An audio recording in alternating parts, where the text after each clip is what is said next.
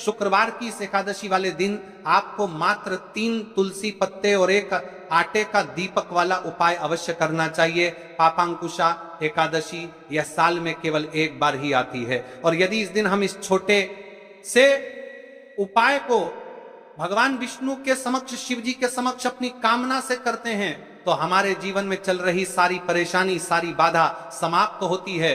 कान खोलकर सुन लो मेरी जीजी और मेरे जीजाओ, सबसे पहले आप इस एकादशी का महत्व जान लो। पापांकुशा एकादशी क्यों, ये तिथि इतनी विशेष मानी जाती है? देखिए महाराज, यदि पापांकुशा एकादशी पर घर की महिला और पुरुष साथ में व्रत रखते हैं, भगवान विष्णु का पूजन विधि करते हैं, तो उनके जीवन में चल रहे सारी समस्या समाप्त होती है। यह व्रत अत्यंत पवित्र माना जाता है। और यह जो 3 अक्टूबर शुक्रवार के दिन पड़ रही है, मात्र 3 तुलसी पत्ते और एक आटे का दीपक, पापांकुशा एकादशी तिथि शुक्रवार के दिन इस उपाय को अवश्य करना चाहिए। देखिए, यह आश्विन माह की पापांकुशा एकादशी है, आप सभी को पता है, यह साल में केवल एक बार ही आती है। इस दिन केवल यदि इस एकमात्र उपाय को कर लेते हैं, तो महाराज जो भी हमारे जीवन में जो समस्या चल रही है, धन संपदा में कमी, कार्य में वृद्धि न होना, घर में दुख कष्ट, सारी समस्या समाप्त होती है, क्योंकि यह उपाय एकमात्र आश्विन मास की पापांकुशा एकादशी और विशेषकर एकादशी तिथि पर किया जाता है। पूरा साल निकल गया हो, आपने इस उपाय को आज तक किया ही ना हो, तो महाराज विशेषकर मेरी माता बहन इस अश्विन मास की पापांकुशा एकादशी यानी कि शुक्रवार वाले दिन उपाय को अवश्य कर ले। ऐसे मौके बार बार नहीं मिलते। देखिए महाराज, ये जो 3 तुलसी पत्ते वाला उपाय है, इसे हम एकादशी के इस पावन पर्व पर कर रहे हैं। और आप सभी को पता है कि विष्णु जी को सबसे अत्यंत प्रिय है तुलसी, उन्हें तुलसी के बिना उनका भोग अधूरा है, और तुलसी जी का प्रयोग बड़े बड़े पूजा पाठ अनुष्ठान में किया जाता है। तो हमें इस तुलसी, मात्र 3 तुलसी के पत्ती वाला उपाय करना है, और आपके जीवन में जो भी धन की समस्या चल रही है, वह इस उपाय को करने के बाद सारी समाप्त होने वाली है। क्योंकि भगवान विष्णु की अर्धांगिनी माता लक्ष्मी, जिनका स्थायी रूप से हमारे घर में वास होगा, इस उपाय को करने के पश्चात देखिए महाराज, यदि हम इस आश्विन माह की पापांकुशा एकादशी, शिव महापुराण की कथा में उल्लेख है कि पापांकुशा एकादशी यानी शुक्रवार वाले दिन का सबसे बड़ा और विशेष महत्व होता है। तो आपको या फिर आपके घर के किसी भी एक सदस्य को इस दिन शिव मंदिर में या फिर अपने घर के मंदिर में भगवान विष्णु की प्रतिमा के समक्ष या फिर अपने घर के तुलसी कुंड में यह छोटा सा कार्य तो अवश्य ही करना चाहिए। यदि आप इस उपाय को करते हैं, तो आपके जीवन में चल रही सारी समस्या तो समाप्त होती ही है, लेकिन साथ में आपकी जो अधूरी मनचाही इच्छा है वह भी पूर्ण होती है, और आपके सारे पाप नष्ट होते हैं। जैसे कि पितृदोष, काल सर्प दोष, वास्तु दोष, उसी प्रकार से हमें मात्र 3 तुलसी पत्ते और एक आटे का दीपक वाला उपाय को करना है। 3 अक्टूबर शुक्रवार, सबसे बड़ा दिन। ऐसे मौके बार बार नहीं मिलते, केवल वर्ष में एक बार ही पापांकुशा एकादशी का मौका मिलता है। देखिए, आज की इस कथा से हम आपको जो उपाय बता रहे हैं, उस उपाय को आपको आश्विन माह की पापांकुशा एकादशी शुक्रवार वाले दिन आपको इस उपाय को अवश्य करना है, क्योंकि यह उपाय केवल विशेष तिथि पर और विशेष पावन पर्व पर ही किए जाते हैं। और देखिए, यदि इस उपाय को आपका घर का कोई एक व्यक्ति भी कर लेता है, तो महाराज जी पूरे घर परिवार में चल रही समस्या साथ में समाप्त होती है। सबसे पहले आपको हम इस उपाय का महत्व बता देते हैं। पापांकुशा एकादशी श्याम भगवान विष्णु को समर्पित है और उन्हें सबसे प्रिय है तुलसी। तो हम तुलसी पत्ती वाला उपाय कर रहे हैं, तो यह घर में माता लक्ष्मी का स्थायी वास करती है, क्योंकि यह तुलसी समर्पण वाला उपाय है। और इस उपाय को हम पापांकुशा एकादशी के दिन पर कर रहे हैं। तो महाराज, यदि लक्ष्मी की समस्या है, तो वह समस्या भी समाप्त होगी, जो आपकी मुश्किल समस्या समाप्त होती हैं।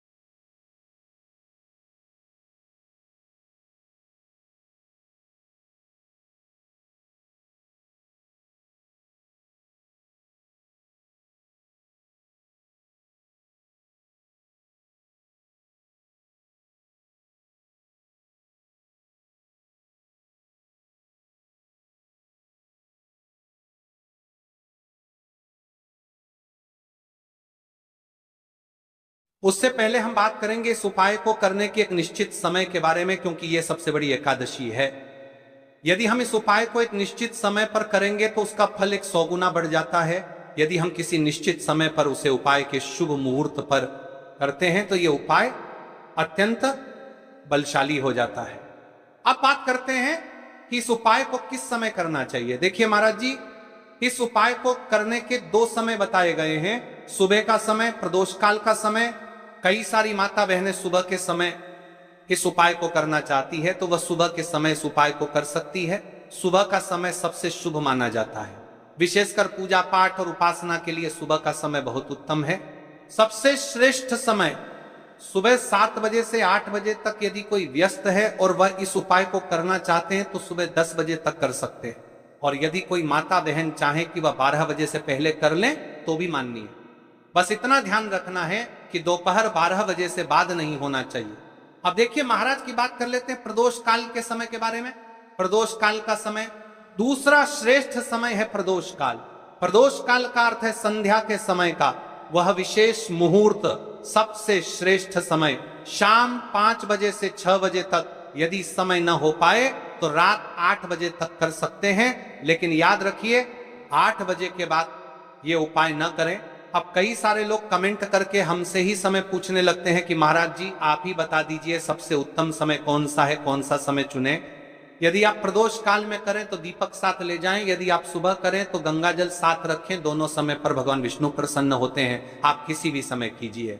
अब देखिए बात कर लेते हैं इस उपाय की सामग्री के बारे में कि इस उपाय के लिए आपको क्या क्या सामग्री चाहिए। 3 तुलसी पत्तियां ताजी हों तो उत्तम। यदि एकादशी का दिन है तो तुलसी नहीं तोड़नी चाहिए। ऐसे में घर में रखी सूखी तुलसी पत्तियां भी उपयोग में ली जा सकती हैं। यदि आपके घर में तुलसी का पौधा नहीं है तो आप किसी पड़ोसी या परिचित से ले सकते हैं। देखिए भगवान विष्णु को हल्दी अत्यंत प्रिय है, तो अब हमें हल्दी लेना है। 1 चुटकी हल्दी, रसोई घर की हल्दी चलेगी, शुद्ध हल्दी का प्रयोग करें। अब इस उपाय को करने के साथ में हमें एक दीपक भी लेना है महाराज जी, ठीक है। एक दीपक, लंबी बत्ती का दीपक, प्रदोष काल में करने पर दीपक अवश्य जलाएं। थोड़ा सा गंगा जल, सुबह के समय करने पर गंगा जल का उपयोग करें।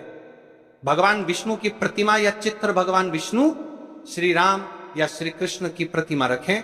अब हम इस उपाय की पूरी विधि विस्तार से समझते हैं। शुद्धि और प्रारंभिक प्रार्थना, सबसे पहले आप स्नान कर लें या कम से कम हाथ मुंह धो लें, स्वच्छ वस्त्र पहने और पूजा स्थान को साफ करें। भगवान विष्णु की प्रतिमा के सामने आसन बिछाएं। तुलसी से प्रार्थना करके 3 पत्तियां लेना। हे माता तुलसी, मेरे जीवन में अनेक कष्ट हैं, मैं आपसे विनम्रता पूर्वक 3 पत्तियां ले ला रही हूं, कृपया मेरी मनोकामनाएं पूर्ण हो। अब 3 तुलसी पत्तियां तोड़ लें, हल्दी लगाना। अब उन 3 पत्तियों में से 2 पत्तियों पर हल्दी की छोटी छोटी बिंदी लगाएं। या 3 तुलसी पत्तियां कर रहे हैं तो परमत्तर बराबर बोलो का बिंदी शुभता का प्रतीक है। ऐसा करने से पत्तियां और भी पवित्र हो जाती हैं। दीपक या गंगा जल का प्रयोग, यदि आप प्रदोष काल में हैं दीपक जलाएं। यदि आप सुबह कर रहे हैं गंगा जल का स्पर्श करें। 2 तुलसी पत्तियां अर्पण करना।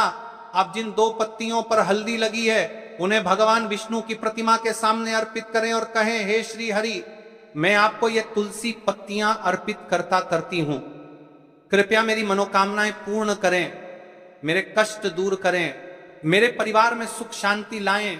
नमो नारायणाय।